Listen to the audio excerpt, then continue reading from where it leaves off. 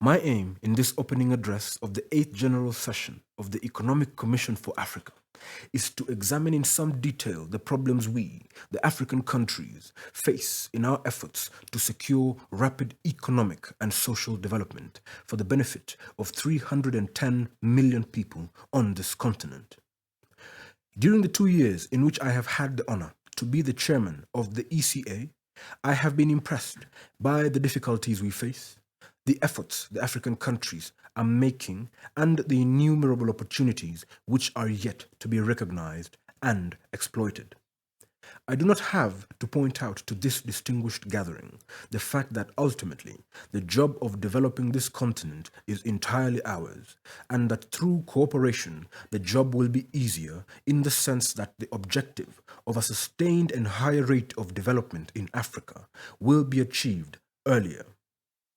But truly, development will also require advanced countries to increase their assistance to Africa and to carry out some obviously necessary reforms in their aid programs. During the course of my speech, I will propose for your consideration a program of action covering the following especially critical areas: construction of a continental infrastructure, expansion of food production, storage, and marketing, development of human resources, and collection, analysis, and dissemination of economic information. I have chosen this occasion and this platform to make this statement because here are all those intimately concerned with the task of development in Africa are gathered together to consider and identify possible areas of cooperation and collaboration. At the same time, the E.C.A, being a regional organization of the United Nations, provides the practical agency through which to speak to most, if not all, interested nations and international organizations. My statement will inevitably be long. However, it is not intended to be conclusive or exhaustive, but rather a basis for discussion which will hopefully lead to an agreed plan of action. If we genuinely desire action, then it is fitting that the initiative should come from Africa. The first 6 years of the development decade have passed. It has been a period of disappointment, bordering on failure, whether measured in terms of UN targets, expectations in developing countries, or possibilities as indicated by the wealth of the advanced countries. Over that period, the average person in the wealthy countries improved his income by approximately $220 to $1,800 per annum, while per capita income in the very poor nations advanced by perhaps $7 to $90 per annum.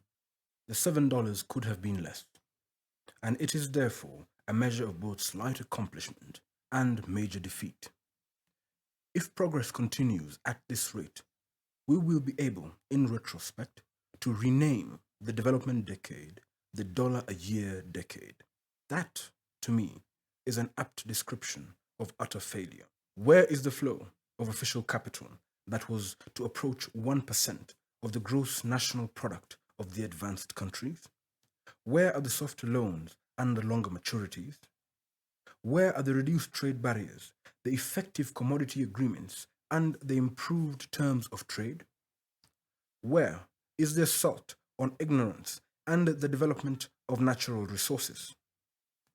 These objectives remain the visions of intellectuals and the promises of politicians. The harsh reality is that too little has been done. Indeed, if we base our future outlook on the present status of affairs, our pessimism is fully warranted. We are in danger that the bright promise of the development decade, already tarnished, may yet dissolve completely in a dull reality of abject and prolonged poverty.